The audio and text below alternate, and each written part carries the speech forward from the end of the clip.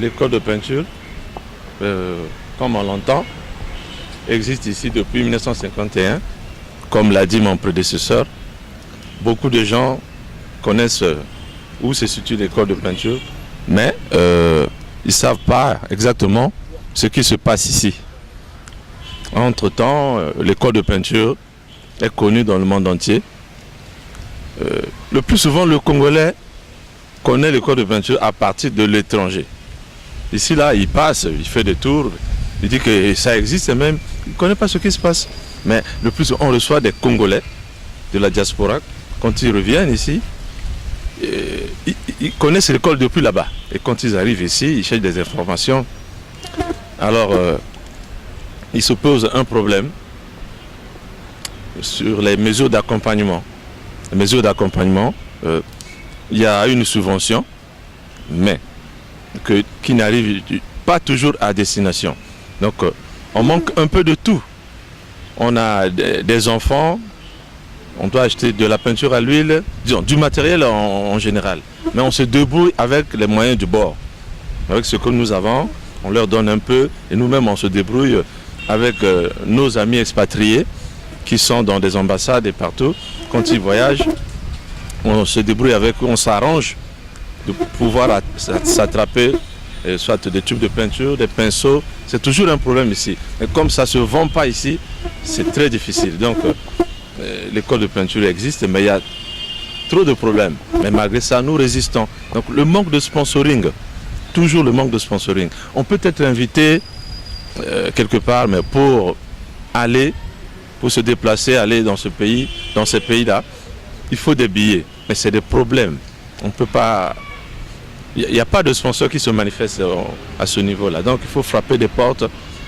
On ne va pas se fatiguer. On le fait, mais c'est timidement. Les gens ne s'intéressent pas à ça. Les Congolais ne s'intéressent pas à ça. Donc on est en train un peu de forcer la main avec des sociétés sur place, des grandes sociétés. Et puis bon, tant bien que mal, ça arrive en compte-gouttes, mais on est sur place toujours. C'est bon. Peut-être que je ne m'étais pas présenté. Je suis Jacques Iloki, vice-président des artistes de l'école de peinture de Poto-Poto, de l'association des peintres de Poto-Poto. Donc je suis là officiellement depuis 1985. Alors j'avais bénéficié d'une bourse à l'étranger, à l'époque à Moscou. Je suis revenu, j'ai réintégré l'école. Donc d'une manière bénévole, on est en train d'encadrer les élèves. C'est bénévole presque. Avec nos moyens, notre peinture à nous, notre matériel, on est en train de donner aux élèves qui sont là presque bénévolement. Et on essaie un peu de pousser, parce que derrière nous, on ne voit pas ceux qui vont nous remplacer demain.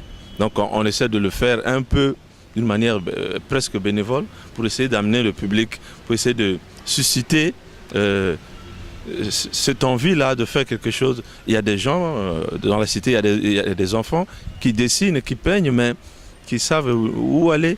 Donc on les récupère comme ça, on les instruit, on les met sur ce que nous connaissons, disons, dans le style de l'école, à partir des Mickey. Et à partir de ces Mickey, chacun des élèves peut créer une issue disons, peut chercher un style, peut se créer un style, mais à partir des Mickey, le premier style de l'école. Donc nous sommes là en train de coordonner les actions. Il y a un encadreur que nous avons instruit, mais nous sommes derrière cet encadreur pour essayer un peu de suivre, le style. Tout le monde peut faire se créer un chemin, mais à partir du style de l'école. Donc on est sur les pas de nos prédécesseurs, sur les Mickey, par exemple.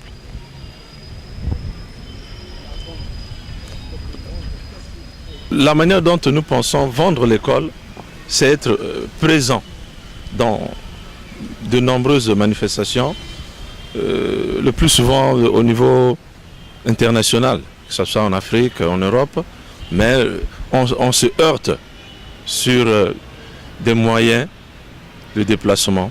C'est toujours le problème. On est appelé par-ci, par-là, mais se déplacer, c'est toujours un problème. Donc, comme je l'ai dit tantôt, on est en train de forcer la main avec des sociétés de la place.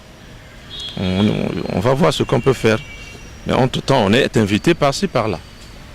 Donc, c'est un problème, le sponsoring.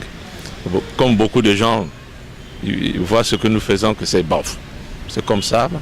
On essaie de les initier, qu'ils viennent regarder, entendre, qui se forment, qui s'informent aussi de ce que nous faisons. Et peut-être à la langue, ça va marcher.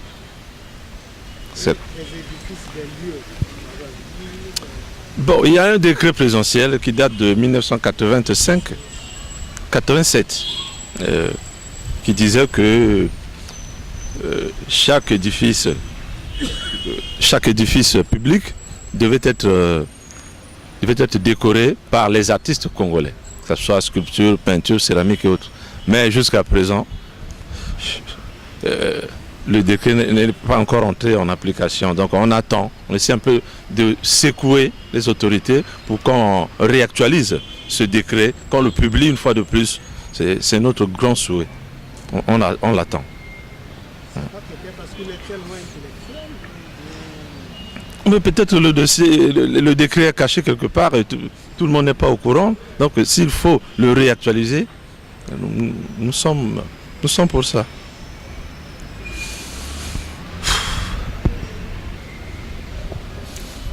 L'école existe depuis 60 ans, mais nous faisons des efforts pour faire connaître l'école. Toujours on ne se fatigue pas. Mais malgré ça, il n'y a pas d'effort qui se fait de l'autre côté. Donc, on ne se fatigue pas. Là, devant nous, il y a une petite maison, là où nous allons nous instruire sur l'Internet, sur l'informatique, axé sur l'image, axé sur notre domaine, donc la peinture. Mais nous lançons un SOS à travers d'autres sociétés, d'autres organismes qui nous viennent en aide, puisqu'on va s'initier dans l'Internet, avec l'ordinateur, mais nous voulons aussi nous ouvrir à l'international dans une communication, disons. Si on pouvait vendre nos toiles à partir de l'Internet, si on pouvait toujours, comme nous l'avons fait les années passées, aller sur place, être présent pendant les séminaires, des ateliers, des salons, ça nous ferait du bien, une fois de plus, pour ouvrir l'école à l'international, une fois de plus. Nous sommes, donc, une fois de plus, nous lançons un SOS pour que l'école vive dans les médias, sur l'Internet et autres. Donc si on pouvait vendre l'école de loin, ce serait une bonne chose pour nous.